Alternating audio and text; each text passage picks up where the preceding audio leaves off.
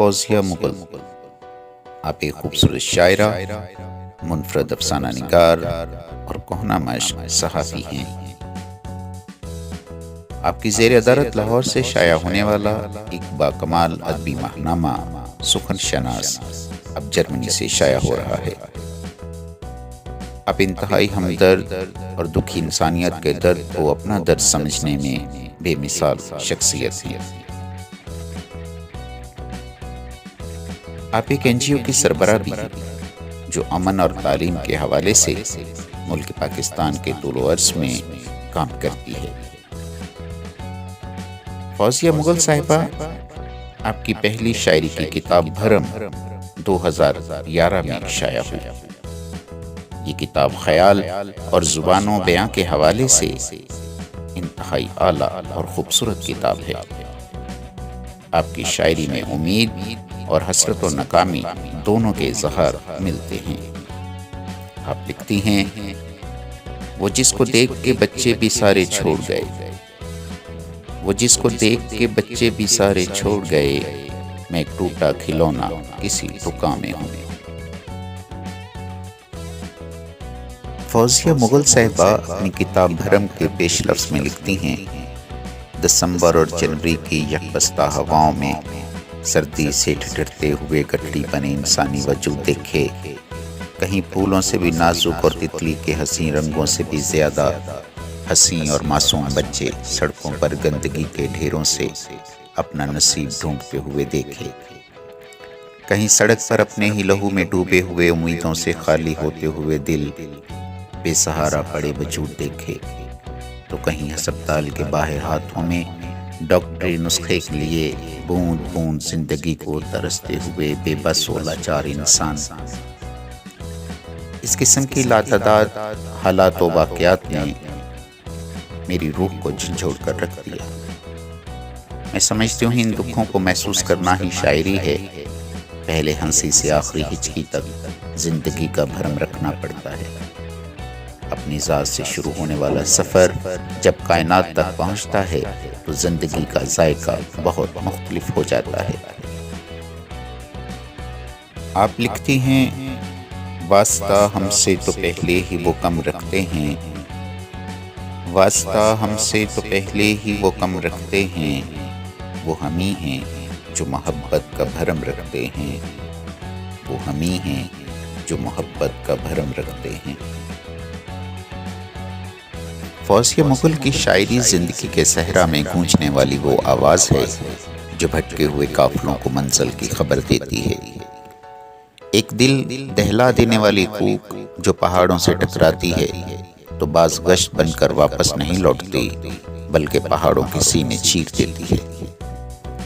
اس کی شاعری ایک عزم ہے جو بنجر زمین کو زرخیز ہونے اور پھل پھول اگانے کا حوصلہ دیتی ہے۔ اپنے محدود وسائل اور مجبوریوں میں گھری ہوئی فوزیہ مغل کی ننھی سی جان جو پہاڑوں سے ٹکرانے کا عزم رکھتی ہے، جب زندگی کے دشوار اور کٹھن راستوں پر چلتے چلتے زخموں سے چور ہو جاتی ہے تو آبلہ پائی کو اساسۂ زیست قرار دیتے ہوئے بھرپور طاقت اور ولولے کے ساتھ حالات کا مقابلہ کرنے کو تیار ہو جاتی ہے۔ اس انتظار میں بیٹھی ہوں میں دوراہے پر، اس انتظار میں بیٹھی ہوں میں دوراہے پر، کوئی تو آ کے مجھے راستہ دکھائے گا، کوئی تو آ کے مجھے راستہ دکھائے گا۔ شفیق مراد، جرمنی۔ کبھی کبھی ڈوبتے سورج کی اداسی آنکھوں میں پل بھر کے لیے جھلکتی ہے تو فوراً وہ جھلک صبح 9 کی خبر دینے لگتی ہے۔ فوزیہ شاعری میں کس سے متاثر ہے، یہ ایک معمہ ہے جو شروع سے لے کر آخر تک کہیں حل نہیں ہوتا۔ جو شعراء اپنے خیالات و تخیلات کو مخصوص کینوس تک محدود رکھتے ہیں، مثلاً عشق و فراق سے آگے سوچنا ہی نہیں چاہتے، وہ بیمار ادب کو تخلیق کرنے میں اپنی توانائیاں ضائع کر دیتے ہیں۔ فوزیہ کے کلام میں سلاست و روانی تو ہے مگر کہیں بھی بیمار رومانیت کی سسکی نہیں سنائی دیتی، بلکہ اس کے کلام میں متوازن و معتدل زندگی کا عکس نظر آتا ہے۔ وہ زندگی کو قریب سے دیکھنے کے لیے تنہائی کے راستے چپکے سے زندگی کے آنگن میں اتر آئی ہے، اسی لیے تو کہتی ہے میری اپنی زندگی ہے داستاں در داستاں، میری اپنی زندگی ہے داستاں در داستاں، قصے اوروں کے پڑھوں میں اب کہاں فرصت مجھے، قصے اوروں کے پڑھوں میں اب کہاں فرصت مجھے۔ شہزاد احمد شہزاد۔ آپ کی پہلی کتاب بھرم 2011 میں شائع ہوئی۔ اس کے بعد آپ نے متعدد خوبصورت بے مثال اور فنی اعتبار سے بلند مقام کتابیں لکھیں، جن میں اللہ پاکستان، ماں تیری عظمت کو سلام، نشان حیدر، بلا عاشقی، امیر شہر۔ امیر شہر ایک ایسی کتاب ہے جو بعض وجوہات کی بنا پر شائع نہ ہو سکی۔ اس کے بعد جو آپ نے کتاب لکھی وہ ہے مائن کنارے، جو انتہائی معلوماتی کتاب ہے، اور ایک اور کتاب اسلم چشتی پونے انڈیا سے مرتب کی گئی، جس میں بہت سے ممالک میں رہنے والے شاعروں ادیبوں نے فوزیہ مغل کے فن اور شخصیت کو سراہتے ہوئے مضامین لکھے اور نظم کی صورت میں فوزیہ مغل کو خراج تحسین سے نوازا۔